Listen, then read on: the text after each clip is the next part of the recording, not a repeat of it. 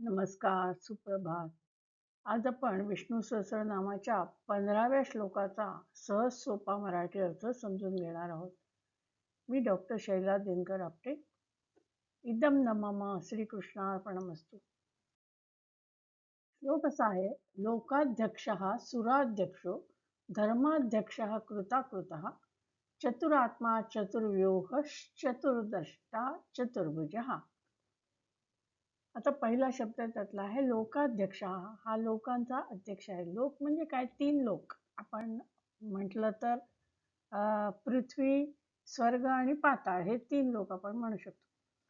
आता भगवंतांनी जेव्हा वामन अवतार घेतला होता तेव्हा वामन अवतारामध्ये त्यांनी या त्यांच्या 3 पावलांमध्ये हे तिन्ही लोक काबीज करून घेतले. अशा दृष्टीने त्यांना लोकाध्यक्ष असं म्हणता येऊ शकेल. किंवा दुसरा अर्थ म्हणजे 3 लोक म्हणजे चंद्रलोक, सूर्यलोक किंवा द्युलोक असाही अर्थ घेता येऊ शकतो. किंवा सगळे ग्रह, तारका, नक्षत्र हे सगळे लोकच आहेत. या सगळ्या लोकांचा अध्यक्ष, सगळ्यांवरती तो निरीक्षण करतो सगळ्यांचं. कोण काय करतंय तसं त्याला करू देतो, त्याचं निरीक्षण करतो, पण नियंत्रणी ठेवतो. म्हणून त्याला लोकाध्यक्ष म्हणतात. कारण अध्यक्ष कसा असतो, तर तो जे सभासद असतील त्या काय त्यांनी भाषण करायचं ते करू देतो. त्यांची कृती असेल सगळ्यांना तो स्वातंत्र्य देतो. त्याला काय त्याच्यामध्ये कोणी अध्यक्ष हा हस्तक्षेप करत नसतो.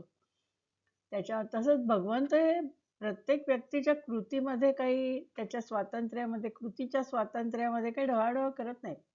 त्याला सगळं कार्य करू देतात आणि नंतर प्रलयाच्या वेळी सगळी सभा म्हणजे सृष्टी विसर्जित करून टाकतात. अशा दृष्टीने भगवंत म्हणजे लोकाध्यक्ष. सुराध्यक्ष, आता सुर म्हणजे देव आणि असुर म्हणजे राक्षस. तर सुर म्हणजे देव, या सर्व देवांचा अध्यक्ष. आता सर्व जे इतर सगळे जे देव आहेत ते लोकपाल असतात. म्हणजे हे सगळे लोक आहेत, या प्रत्येक लोकाला एक अध्यक्ष तो पालन करणारा एक असतो, त्याला म्हणायचं लोकपाल. म्हणजे अशी जबाबदारी एकेका देवाकडे दिलेली असते. या सगळ्या लोकपालांचा म्हणजे सगळ्या देवांचा अध्यक्ष म्हणजे भगवंत. आणि भगवंतांनी नेमून दिलेलं काम हे लोकपाल करत असतात. लोकपाल काय करतात की जेव्हा असुरांचं संकट येतं तेव्हा ते या सुराध्यक्षाकडे धाव घेतात. म्हणजे त्यांचं कार्य ते करत असतात, पण संकट आलं तर शेवटी विष्णूकडेच ते धाव घेतात. आपल्या देहाचा जर विचार केला तर आपल्या देहामध्ये अनेक नकारात्मक शक्ती असतात. ते नकारात्मक शक्ती म्हणजेच असुर. आणि या असुरांपासून आपण सुरक्षित राहायला पाहिजे. म्हणजे सगळ्या या नकारात्मक शक्ती आपल्यामधनं बाहेर घालवायला पाहिजेत. त्यासाठी आपल्याला कोणाला शरण जायला पाहिजे? तर आपल्या आत बसलेल्या आत्म्याला शरण जायला पाहिजे. त्यामुळे आपला आत्मा हा त्या अर्थाने सुराध्यक्ष आहे. तिसरा शब्द आहे धर्माध्यक्ष. आता धर्म म्हणजे तरी काय? तर या सगळे जे लोक आहेत, तिन्ही लोक आहेत किंवा हे सगळे जे देव आहेत, या सगळ्यांना नियंत्रणात कोण ठेवतो? तो धर्म. धर्म सांगतो की कसं आचरण असायला पाहिजे, कसं कार्य व्हायला पाहिजे, याचे नियम आखून देतो तो धर्म. आणि हा धर्म जो स्थापन करतो, त्याचं रक्षण करतो आणि वेळोवेळी ज्याच्यामध्ये समजा बदल घडवून आणायला पाहिजे असेल तर तो वेळोवेळी बदलही घडवून आणतो. तो कोण? तर विष्णू. आता हे सगळं जे आपलं सजीव लोकांचं जे कार्य चालू असतं त्याच्यामध्ये चांगलं वाईट कर्म जे काय असेल ते जगाला दिसतं आणि ते जगाला दाखवण्याचं काम आतली चेतना म्हणजे आत्मा करत असतो. त्यामुळे हा जो आत्मा आहे तो धर्माध्यक्ष पण आहे. म्हणजे तो तुम्हाला धर्माने वागायला शिकवतो आणि सगळ्या लोकांचा म्हणजे आपल्या शरीरामध्ये जे जे काय अवयव आहेत ते सगळ्यांना नियंत्रणात ठेवतो आणि असुरांचा नाश करतो. भगवंतांनी म्हटलेलंच आहे की धर्म संस्थापनार्थाय संभवामी युगे युगे. त्यामुळे त्या अर्थाने ते धर्माध्यक्ष आहेत. आणि धर्म हा एक 4 पुरुषार्थांपैकी पण एक मानला गेलेला आहे. धर्म, अर्थ, काम आणि मोक्ष असे 4 पुरुषार्थ आहेत. कृताकृता, कृताकृता, कृत आणि अकृत असे 2 शब्द एकत्र जोडलेले आहेत म्हणून तो कृताकृत असा झालेला आहे. कृत म्हणजे त्याच्यामध्ये क्रू हा धातू आहे. क्रू म्हणजे करणे आणि कृतम, कृत हा म्हणजे जे केलेलं आहे ऑलरेडी, म्हणजे भूतकाळ आहे तो, जे केलेलं आहे. आणि अकृत म्हणजे जे अजून केलेलं नाहीये. निर्मात्याकडून आधीचे कार्य झालेलं आहे, जे प्रगट आहे, त्याला म्हणायचं कृत. आणि ज्याचं अद्याप प्रगटीकरण झालेलं नाहीये ते अकृत. म्हणजे जे होणार आहे पण अजून ते प्रगट नाही झालेलं, त्याला म्हणायचं अकृत. आता कृत आणि अकृत, जे घडलंय त्याचं आणि जे घडणार आहे त्याचं, सगळ्याचे स्वामी कोण आहेत तर भगवंतच आहेत. म्हणजे कार्य आणि कारण दोन्हीचं रूप भगवंतांचंच आहे. त्यामुळे खरं पाहिलं तर भगवंत हे या कार्य कारण भावाच्याही पलीकडे आहेत. पण या सगळ्या कार्यकारण भावाला ते साक्षी आहेत, त्याचे सगळ्याचे ते निर्माता आहेत. म्हणून भगवंतांना आपण कृता कृता असं विशेषण वापरू शकतो.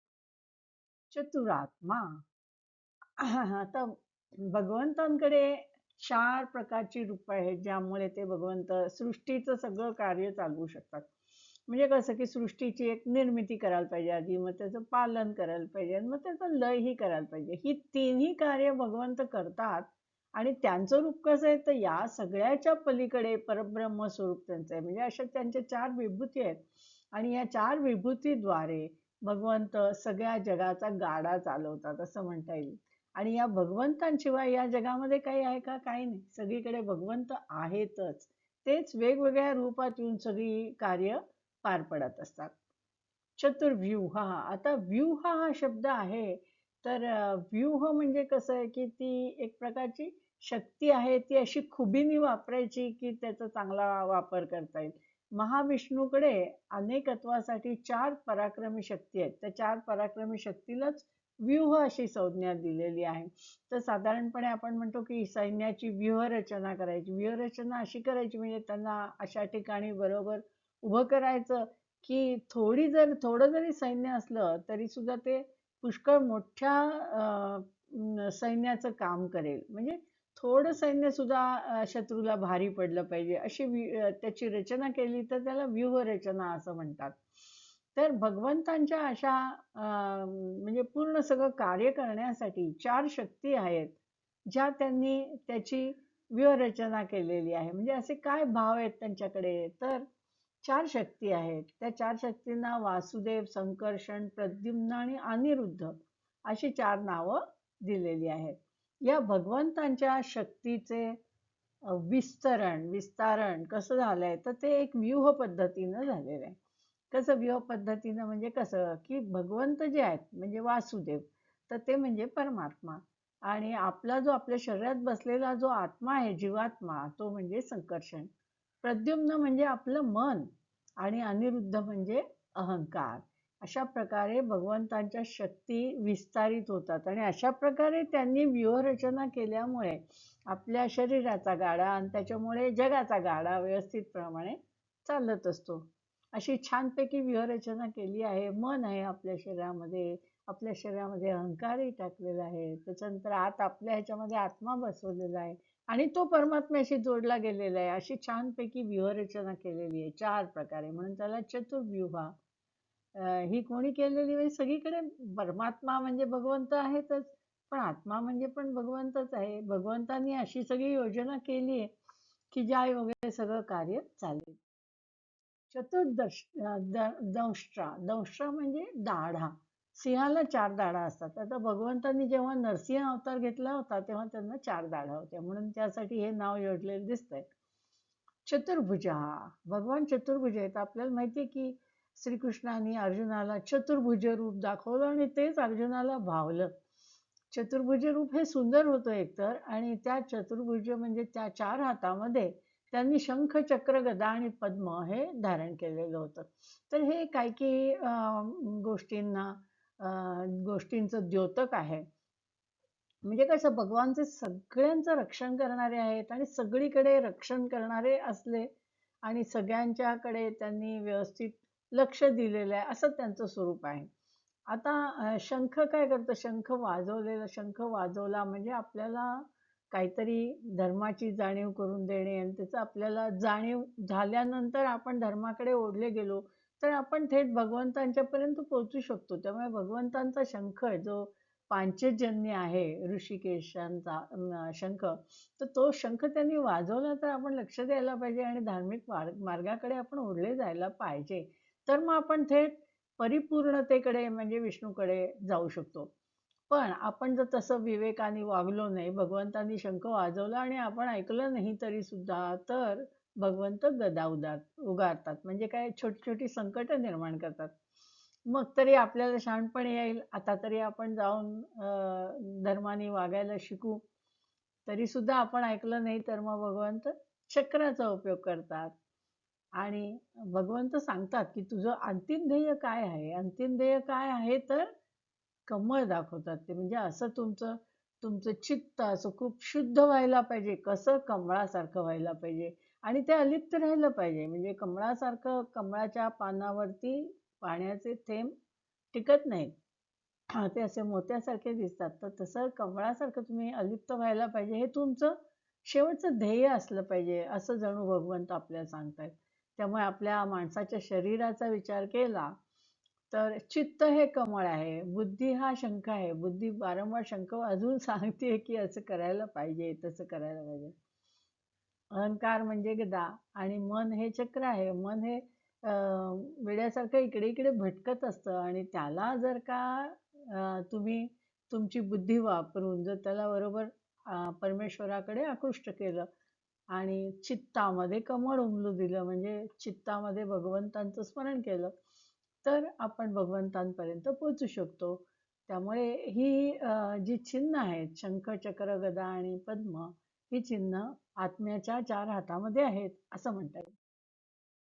थोडक्यात या श्लोकामध्ये असं सांगितलं आहे, की भगवंत म्हणजे काय, की सर्व लोकांचा अध्यक्ष, सर्व देवांचा अध्यक्ष, कारण सुराध्यक्ष, सर्व धर्माचा अध्यक्ष. म्हणजे धर्म कशामुळे जन्माला आला आणि धर्माचं रक्षण करणारं कोण आहे? तर भगवंत. कार्य आणि कारण दोन्ही रूप असणारे भगवंत. म्हणजे आता जे घडून गेलंय आणि घडणार आहे, त्या सगळ्याला जबाबदार भगवंत आहेत.